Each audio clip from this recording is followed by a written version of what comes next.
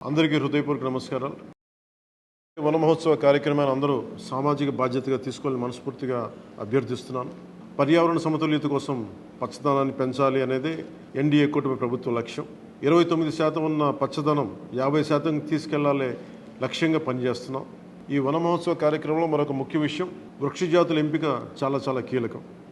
అవి స్వదేశీ వృక్షజాతులను ఎంపిక చేసుకోవటం చాలా అవసరం. స్థానిక వృక్షజాతులు నాటడం ద్వారా జీవ వైవిధ్యాన్ని, నేల ఆరోగ్యాన్ని మరియు పర్యావరణం మరియు మానవ ఆరోగ్యాన్ని కాపాడిన వాళ్ళు అవుతాం. అందుకే దేశవాళీ చెట్లు పెంచడం చాలా అవసరం. మన దేశ భూ వాతావరణ జీవ వైవిధ్యాన్ని ముప్పు కలిగించే అన్య దేశ జాతుల్ని నాటడం మనందరం మానుకోవాలి. చూడటానికి మొక్క ఆకర్షణీయంగా ఉంది, మొక్క నాటితే ఏపుగా పెరిగిపోతుంది, నిర్వహణ ఖర్చులుంటాం అని చెప్పి ఎవెన్యూ ప్లాంటేషన్ పేరు మీద గత దశాబ్ద కాలంలో అన్య దేశ వృక్ష జాతులైన కోనాకార్పస్, ఏడాకుల పాల, మడగాస్కర్ ఆల్మండ్, ఆస్ట్రేలియా తుమ్మ లాంటి వృక్ష జాతుల్ని విరివిగా నాటేశాం. వీటి మూలంగా పర్యావరణానికి ప్రయోజనం కంటే కూడా ఆరోగ్యం మీద, భూగర్భ జల సంపద మీద చాలా తీవ్ర ప్రభావం చూపుతూ ఉంది. అందరూ ఆ ప్రాంత జీవ వైవిధ్యాన్ని పెంపొందించే స్వదేశీ జాతులను మాత్రమే నాటాలి అనేది ఏ దేశపు వృక్ష శాస్త్రజ్ఞుల్ని అడిగినా చెప్పే మాట ఇది. కానీ ఆ వాస్తవాన్ని విస్మరించి విదేశీయ మొక్కల మోసుతో రాష్ట్రమంతటా కోనాకార్పస్తో నింపేశారు. కోనాకార్పస్ అసలు మొదట పరిచయం చేసిన అరబ్ దేశాలే దాన్ని నిషేధించినాయి.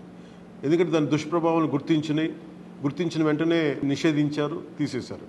మన దేశంలో తెలంగాణ, గుజరాత్, కర్ణాటక, అస్సాం ప్రభుత్వాలు కూడా వీటిని నిషేధించినాయి.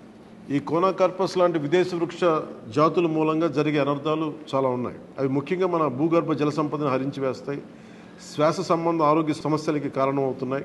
కోనాకార్పస్ ఎలాంటి వృక్ష జాతి అంటే పశువులు తినవు, పక్షులు గూడు పెట్టవు, కనీసం పక్షులు కూడా వాలవు. చెట్టుని చేమని ఆధారంగా చేసుకుని బతికే క్రిమికీటకాలు కూడా ఈ చెట్లు జోలికి రావు. పక్షులే దూరంగా ఉండే ఈ మొక్కల్ని మనం మోజులో పడి ఎందుకు వేయాలి అనేది కీలకమైన ప్రశ్న.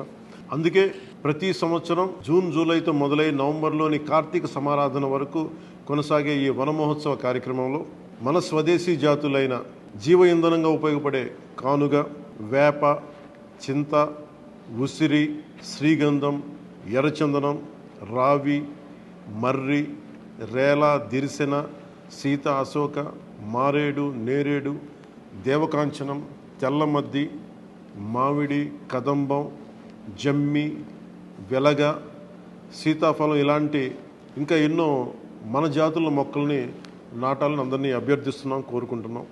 29% ఉన్న మన పచ్చదనాన్ని 50% తీసుకెళ్లే లక్ష్యంగా చంద్రబాబు నాయుడు గారి నాయకత్వంలో కూటమి ప్రభుత్వం పనిచేస్తుంది.